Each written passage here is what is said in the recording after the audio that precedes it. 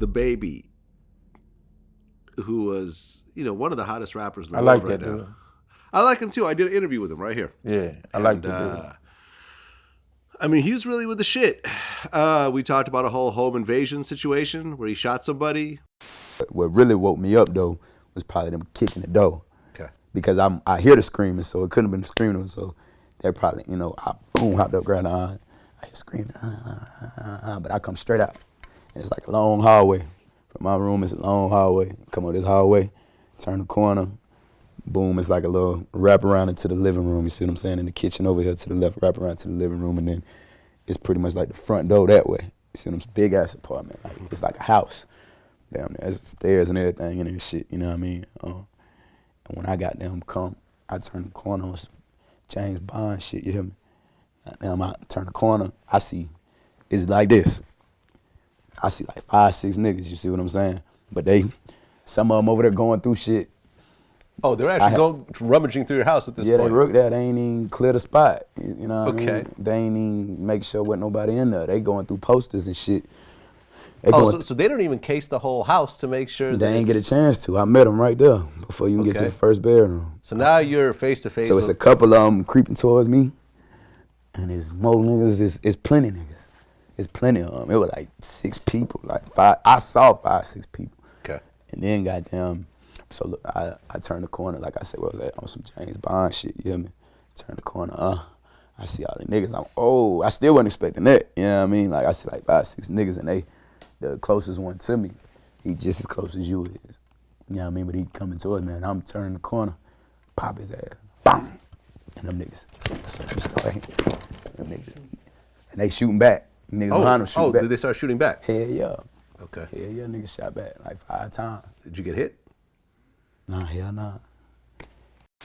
Right. Then we lightly touched on a situation at Walmart where someone ran up on him and his family with a gun, and he killed him in the Walmart. Self-defense. Right. And it's interesting because he has an artist named Stunner for Vegas. Mm-hmm. He was there during our first interview, and I actually did a solo interview with him a couple months ago. And he was like, listen, man, no one can say nothing bad about DaBaby. Name one thing you could criticize DaBaby for. And I said, well, he has a short temper. Bro, tell me one thing flaw about this nigga real quick.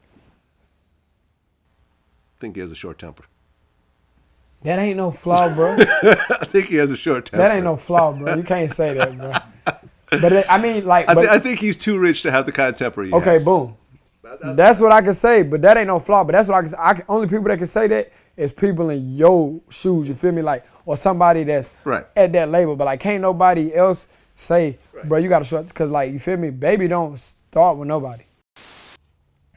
Ain't nothing wrong with having a short temper because, I mean, you got to be on what he's doing and what all these guys doing. Some of them is faking the funk. You could tell the ones that's really with it. Yeah. Well, he's really with it. Yeah.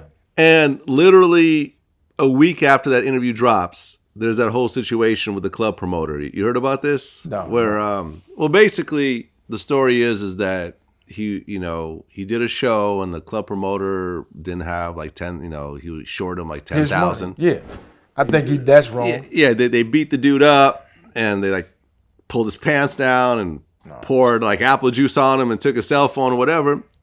DaBaby got arrested. They wouldn't give him bond for like 3 days.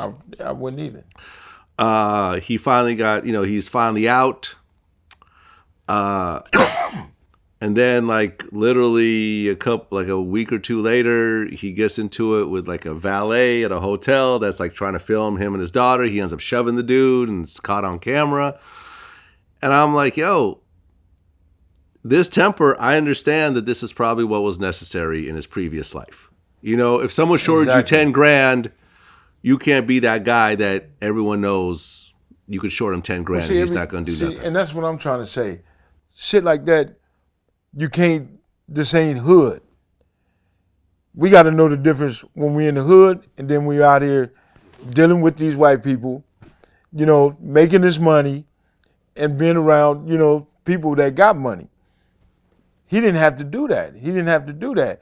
If you got to use your lawyer, which you paying a lawyer to do all of this, That's a job for your lawyer to get your money.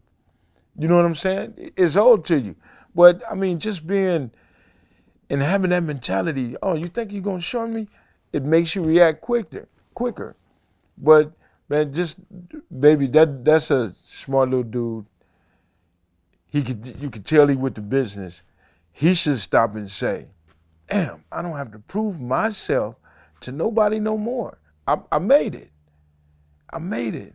So if he just started doing some things different, he'll be all right. But the gangster mentality you're not gonna last long in the business. It's not gonna last.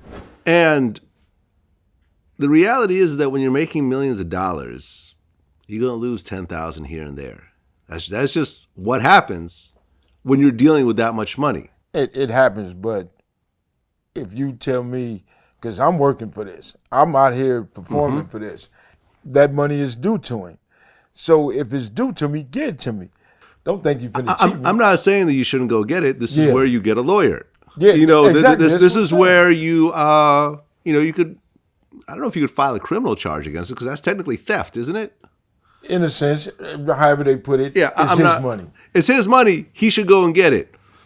But trying to get that 10,000, my guess is he lost millions in the process. Yeah, and that's where we need to learn. That's because where we need to understand the game. You never know. Pepsi might have been looking at him for their next commercial. And then they see this and say, a lot of people ain't looking at him now. Right. I mean, some people are scared of us, period.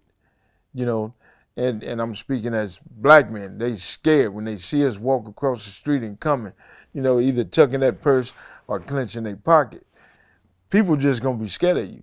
And then they're intimidated by the way you look, the way you dress. So those are points taken from you already that you got. So we got to think like Baby and all of these other brothers out here that's making that money and being successful. You got to change your attitude because you're in a different world. If you don't do that, you're going to be treated as you was treated in the hood.